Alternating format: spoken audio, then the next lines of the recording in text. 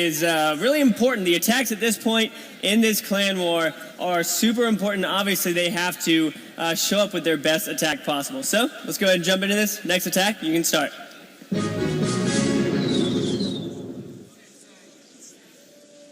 All right, well, we're going to go ahead and get into the next attack. This one is going to be Elephant from Glory China 2, trying to catch up to Glory China number 1. Now, keep in mind, he needs to make up this percentage points or get an additional star, because as it stands, they're 7% behind. Yep, and this is an unusual attack strategy. You've got Golaloon, but with 4 Earthquake spells, and I don't know if I've seen this used very often at all, using the 4 Earthquake spells for the kill squad. And so the Golem leading the way, the heroes in behind. Now, number 1 going against number 3. This is the absolute best chance you have at a 3-star. And obviously, you're open all the way to the core. I like the use of it. Whether using up 2 regular elixir spell slots is going to pay off or not remains to be seen. Yeah, we're going to have to see what happens. This base has already been 75% 2-starred, so it's not a guarantee, even if you get in the high 90s, that's going to turn the tide of the war. You really need to have this be a 3-star attack and then not put it into, I guess, like the fate of math. It's never good when you put it in a fate of math. No, you want to take it out of the hands of that and leave it for concrete calculations. Stars, always the way to go.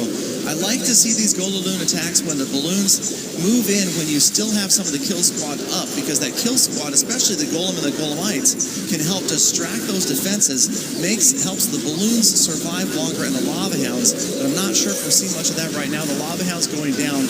Still a big pack of balloons, but no rage spells left because of 2 regular spell slots used right at the outstart. Yeah, another free spell or a rage spell would have been pretty helpful right now, as well as not taking out any of the Inferno Towers with that kill squad is bad news, but as the Archer Queen takes down that Inferno Tower, he has a couple of balloons left. He might be able to pull it out. This looks solid. Those balloons are spreading out. We've only got the Wizard, but an Archer Tower. And that air defense that's going to be, there. Oh, you got an Expo. I missed the Expo. And air defense and Expo and Archer Tower. Those balloons are crispy. That is not looking good. That was quick work. That group right there, 3 of those anti-air defenses, tightly grouped, just absolutely devastated the rest of this raid.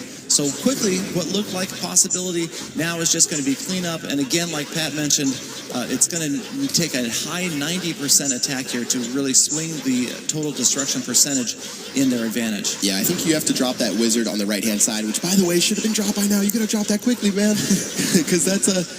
Yeah, there it goes right now. Okay, that's going to go down, but still, I think one of the things you might have to look back on is using the kill squad on the top left, where he wasn't able to reach the Inferno Tower because it was being protected by the Town Hall. So maybe on the bottom right, but who knows? You have such little time to prepare for these things, and he was trying to make his way in through there, and it turned out it actually came really close. There was only a cluster of those 3 defenses plus the Archer Tower remaining. Yeah, that was a lot closer than the score would indicate, because of the fact that all those defenses are right next to each other. The kill squad, that seems to make all the difference in the world. If they can get an Inferno Tower out of the way in the beginning, then it's much more likely that this would end up in 3 stars. And again, we're only looking at about 80% damage, but it came a lot closer than that. Really a good effort from Elephant of Glory China 2. All right, well, he's at 83% right now. We could see this turn the tide of the total destruction percentage. It's going to be fascinating to see how that works out. But taking a look right now, that's going to be 2 stars for 83%. But unfortunately, the total destruction percentage does mean that Glory China number 1 at 86.2% is going to be the winner of this semifinal. Yep, so Glory China 1 with 86.2%, almost a 5% advantage over Glory China 2. So congratulations, Glory China 1, advancing to the finals in the first ever Clash Con Clan War tournament. So it was indeed China.